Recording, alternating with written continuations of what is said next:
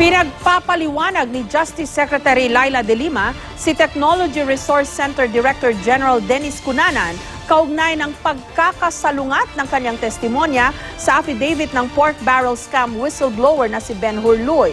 Sa pagdinig kasi sa Senado kahapon, sinabi ni Luy na di umano tumanggap ng halos 1 milyong pisong kickback si Cunanan mula kay Janet Lim Napoles. Pero nanindigan si Cunanan na wala siyang nakuhang kickback mula sa pork barrel.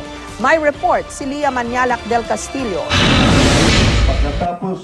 Malinaw na sinabi ni Ben-Hur Luy kahapon sa Senado, nakita niyang dala ni TRC Director General Dennis Cunanan ang paper bag na pinaglagyan ng perang nagmula raw kay Janet Lim Napoles. Instruction of Miss Janet Napoles to prepare, I remember the amount which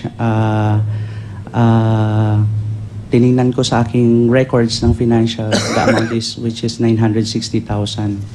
So dinala ko po doon sa conference room. Pagkalabas po ng conference room, nakita ko siya bit-bit niya. Pero mariing pinabulaanan ni Cunanan na tumanggap siya ng kickback mula sa paglalagak ng PDAF ng ilang mambabatas sa mga questionabling NGO.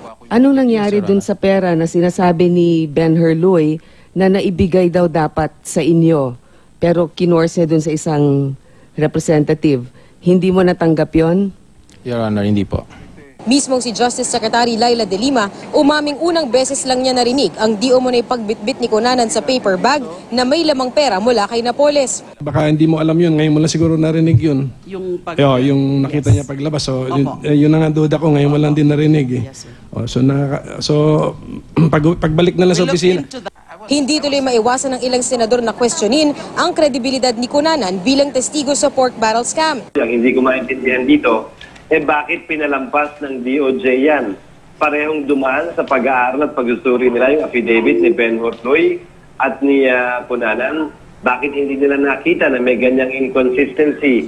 Para naman sa kampo ni Senador Bong Revilla Jr. na isa sa mga idinadawit sa pork barrel scam, dapat nang ilaglag bilang provisional state witness si Cunanan. Kaya kahapon, sinasabi ko, kawawa naman si Secretary De Lima. Kasi naipit sa doon sa dalawang supposedly star witnesses nila. No? Lumalakas ang aming loob na baka naman matauhan nito ang DOJ. At i-withdraw nila kay Cunanan yung provisional, yung kanilang grant of provisional immunity. Sa ngayon, nangangalap daw ng impormasyon ang kampo ni Revilla dahil gusto nilang questionin ang pagkakapasok ni Cunanan sa Witness Protection Program.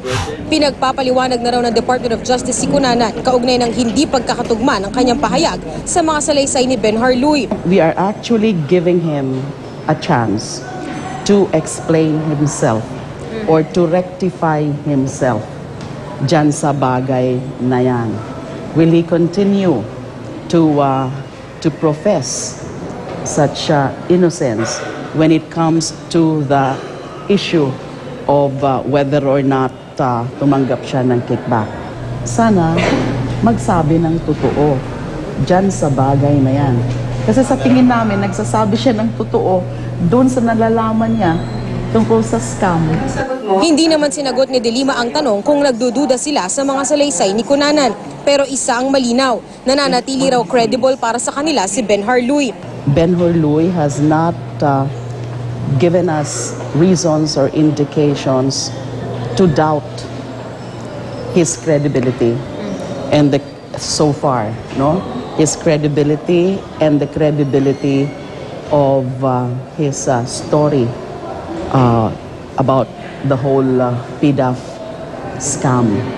Sakali man daw na umamin si Cunanan na tumanggap nga siya ng kickback, wala raw itong magiging epekto sa posibilidad na maging state witness siya. Mahalaga pa rin daw ang mga impormasyon mula kay Cunanan, kaugnay ng pag-eendorso at pagpili ng mga mambabatas sa mga NGO na paglalagakan ng kanilang pondo. Lia Manialac del Castillo, GMA News.